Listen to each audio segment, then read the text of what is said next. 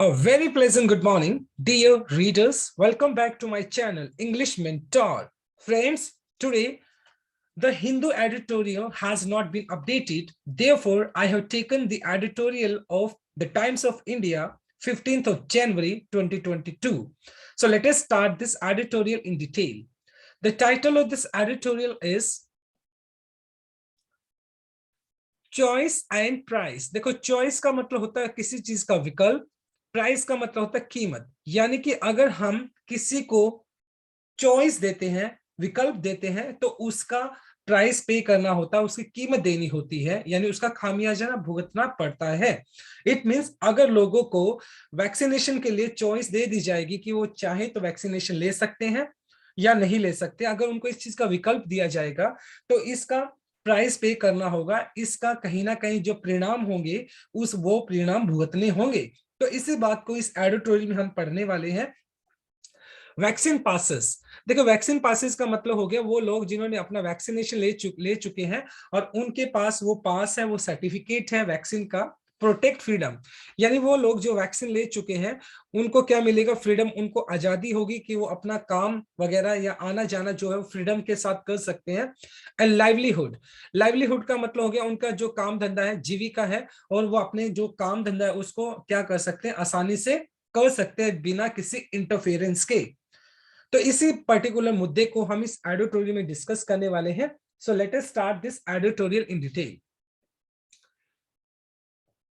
The ongoing Covid surge. Ongoing का मतलब जो फिलहाल चल रहा है, कोविड सर्ज, कोविड कोरोना हो गया, सर्ज का मतलब एक तरीके से हाइक, बढ़ोतरी होना।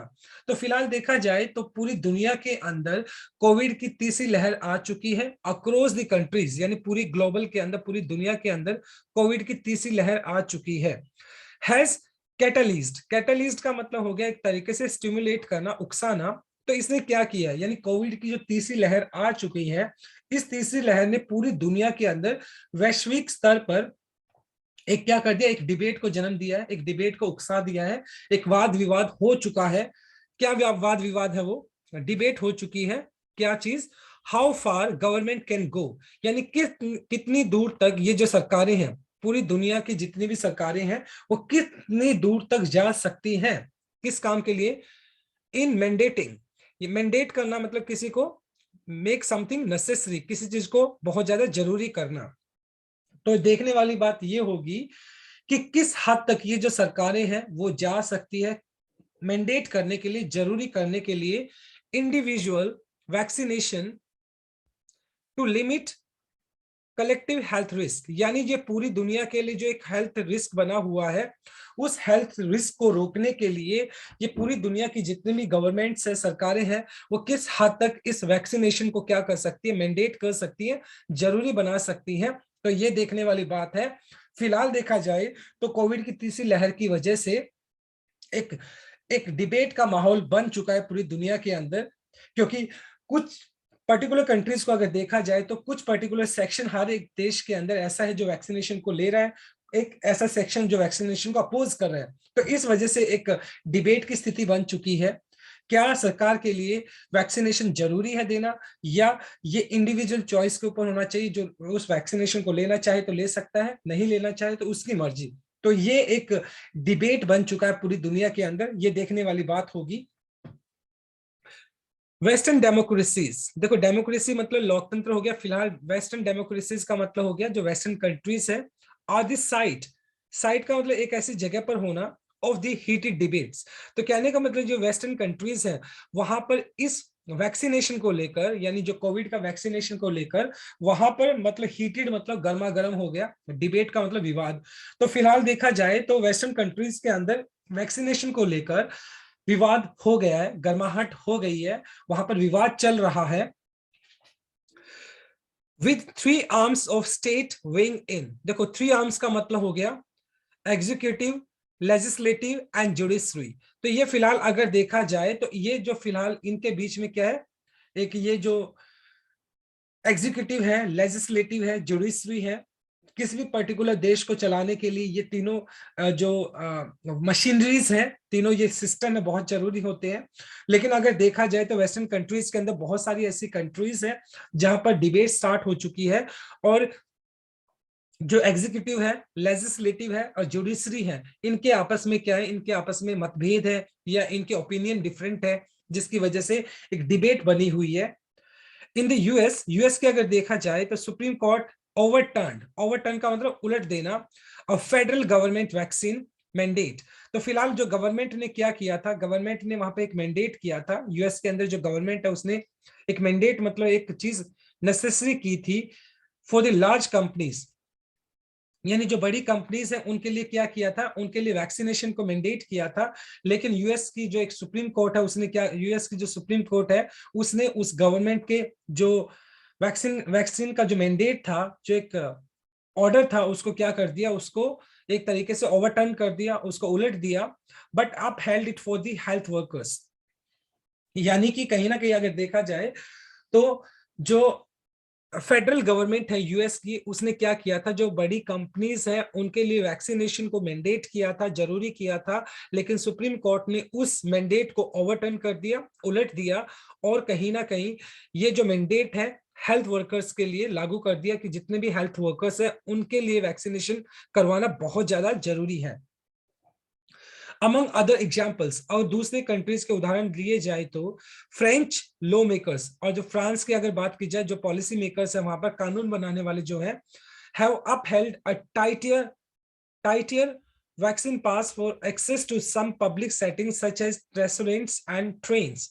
और जहां तक अगर दूसरे कंट्रीज की बात की जाए तो खास तौर पर फ्रांस की बात की जाए तो उन्होंने क्या किया है, जो पॉलिसी मेकर्स हैं उन्होंने एक मैंडेट किया, अप हेल्ड का मतलब किसी चीज को मेंटेन करना, उन्होंने अपना जो मैंडेट है, जो कानूनी एक एक नियम कह सकते हैं, उसको अप हेल्ड करने के लिए, उसको मेंटेन करने के लिए वैक्सीन पास की जरूरी किया है कि अगर कोई भी पब्लिक सेटिंग्स का मतलब पब्लिक प्लेसेस को एक्वायर करना चाहता है, उनको यूज करना चाहता है, मान लो रेस्टोरेंट जाना चाहता है, ट्रेन को यूज करना चाहता है, तो उस पर्सन के पास वैक्सीन पास होना चाहिए, अदरवाइज वो वैक्सीन पास के बिना इन फैसिलिटीज को अवेल नहीं कर सकता है।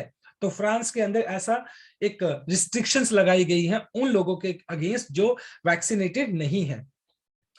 In Canada, Quebec province, Quebec एक सिटी है कनाडा के अंदर, प्रोविंस का मतलब हो गया राज्य।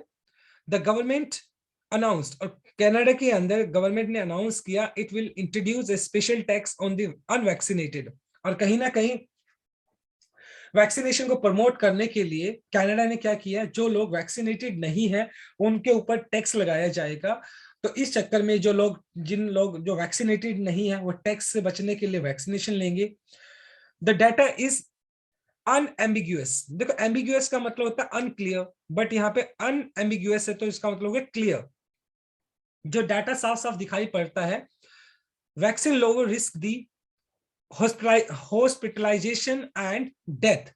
मतलब वो जो मतलब पूरी अक्रॉस द ग्लोबल अगर देखा जाए, अगर हम डाटा को स्टडी करें, तो जिन लोगों ने वैक्सीनेशन लिया है, जिन लोगों ने वैक्सीनेशन लिया है तो उनका जो नंबर है, पहली बात तो उनका जो हॉस्पिटलाइजेशन है वो कम हुआ है। एट द सेम टाइम वो लोग जिनका वैक्सीनेशन हो चुका है उनकी डेथ रेट भी बहुत हद तक कम है।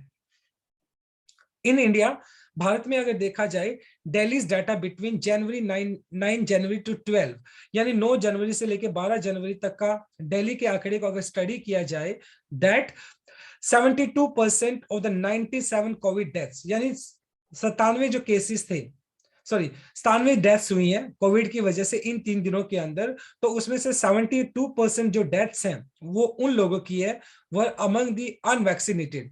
यानी कि 9 जनवरी से लेकर 12 जनवरी के बीच में दिल्ली के आंकड़े को स्टडी किया गया, इस 3 दिनों के अंदर 97 लोग की डेथ हुई, और उन 97 लोगों में से 72% वो लोग हैं जो अनवैक्सीनेटेड थे, जिन्हें कोविड का वैक्सीन नहीं लिया था। तो इस बात से पता चलता है कि कोविड के वैक्सीन लेने से hospitalization, at the same time जो डेथ का एक जो थ्रेट बना होता है, खतरा होता है कि मौत का जो खतरा होता है वो काफी हद तक कम हो जाता है।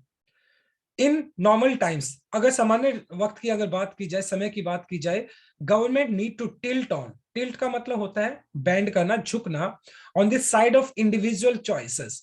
देखिए, अगर ये सामान्य टाइम होता, अगर ये सामान्य समय होता है, वक्त होता, तो उस समय जनरली क्या होती है, कोई भी डेमोक्रेसी क्यों ना हो, वो लोगों के हित का ध्यान रखती है, लोगों की चॉइसेस का ध्यान रखती है, और जनरली उन केस के अंदर सरकार झुककर लोगों के हितों का ध्यान रखती है और उनको वो फ्रीडम देती है जिससे कि वो अपनी जिंदगी को अपने तरीके से जी सके।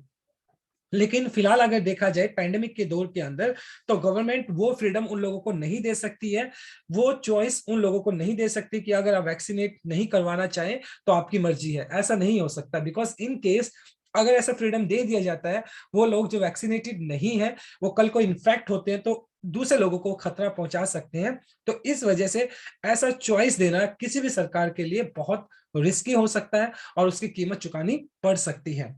सो डियर फ्रेंड्स, ये हमारा फर्स्ट स्लाइड था। Now let us discuss the grammar concept of this slide. देखिए, हैज कैटलिस्ट, आपका हैज के बाद अपने थर्ड फॉर्म यूज कर लिया जो कि आपका प्रेजेंट परफेक्ट हो गया। कैटलिस्ट का मतलब होता है स्टिमुलेट करना, उकसाना। इन आपका प्रेपोजिशन हो गया, उसके बाद आपने मैंडेटिंग यूज कर लिया जो कि जीरेंड है आपका। मैंडेट का मतलब होता है वैसे किसी चीज को नेसेसरी करना, जरूरी बनाना। डिबेट्स आपका नाउन हो गया, तो हीटेड यहाँ पर आपका V3 हो गया जो कि पास्ट पार्टिसिपल एडजेक्टिव है। हैव अपहेल्ड, हैव के बाद आपने थर्ड फॉर्म यूज कर लिया अपहोल्ड का। अपहेल्ड का मतलब होता है किसी चीज को मेंटेन करना, और ये प्रेजेंट परफेक्ट हो गया आपका। ये लाइक विल इंट्रोड्यूस की अगर बात की जाए तो ये आपका फ्यूचर इंडेफिनाइट हो गया। विल के बाद आपने इंट्रोड्यूस कर लिया जो कि V1 है आपका। टू टिल्ट, टिल्ट का मतलब यहाँ पे बैंड करना हो गया, झुकना हो गया। और 2+V1 आपने यूज कर लिया जो कि आपका इन्फिनिटिव केस है। Now let us move on to our second slide, the last one. However, हालांकि in the case of respiratory pandemic, respiratory का मतलब होता है समथिंग रिलेटेड टू ब्रेथ, यानी सांस से रिलेटेड। जो पेंडेमिक की बात की जाए, महामारी की बात की जाए, कि कोविड जो है उसका उसका जो सबसे ज्यादा इंपैक्ट होता है वो हमारे लंग्स के ऊपर होता है, हमारी रेस्पिरेटरी सिस्टम के ऊपर होता है। The choice to avoid vaccination, अगर लोगों को ये विकल्प दिया जाता है कि वो वैक्सीनेशन को अवॉइड कर सकते हैं, कैन इम्पीड, तो ये चॉइस क्या कर सकती है, इम्पीड कर सकती है। इम्पीड का मतलब हैम्पर कर सकती है, बाधा पहुंचा सकती है अनदर इंडिविजुअल्स मोबिलिटी। मोबिलिटी का मतलब होता है एक तरीके से फ्रीडम को। देखो, the quality of moving freely and livelihood, अगर लोगों को चॉइस दे दी जाती है कि अगर आप वैक्सीनेशन लेना चाहते हैं आपकी मर्जी है, और वो लोग जो वैक्सीनेशन नहीं लेना चाहते उनको अगर इसकी चॉइस दे दी जाती है कि आप वैक्सीनेशन नहीं लेना चाहे तो कोई बात नहीं है, इससे क्या फर्क पड़ेगा।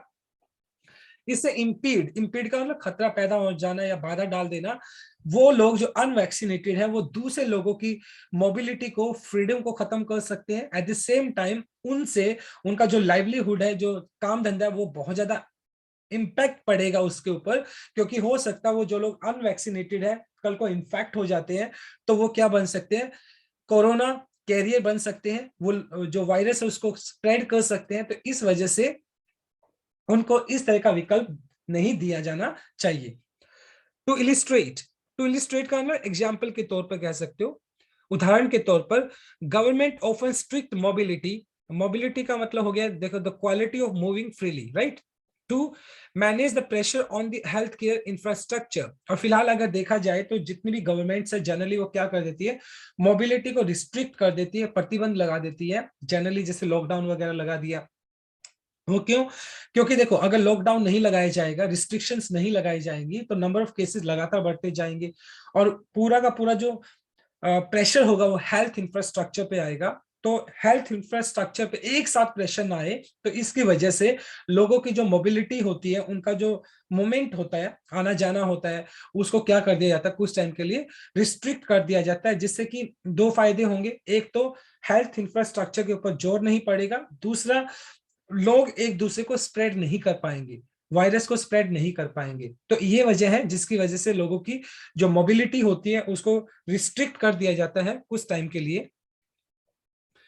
द डेटा नाउ शोज, और जो डाटा है वो क्या दिखाता है, that unvaccinated people are more likely to be hospitalized. अगर पूरी अक्रॉस द ग्लोबल अगर देखा जाए तो वो लोग जो अनवैक्सीनेटेड है उनका ज्यादा हॉस्पिटलाइजेशन है, यानी कंपेरेटिवली अगर स्टडी किया जाए, वो लोग जो वैक्सीनेटेड है उनका डेथ डेथ का जो एक खतरा था, नंबर टू हॉस्पिटलाइजेशन की अगर बात की जाए तो वो काफी हद तक बहुत कम है।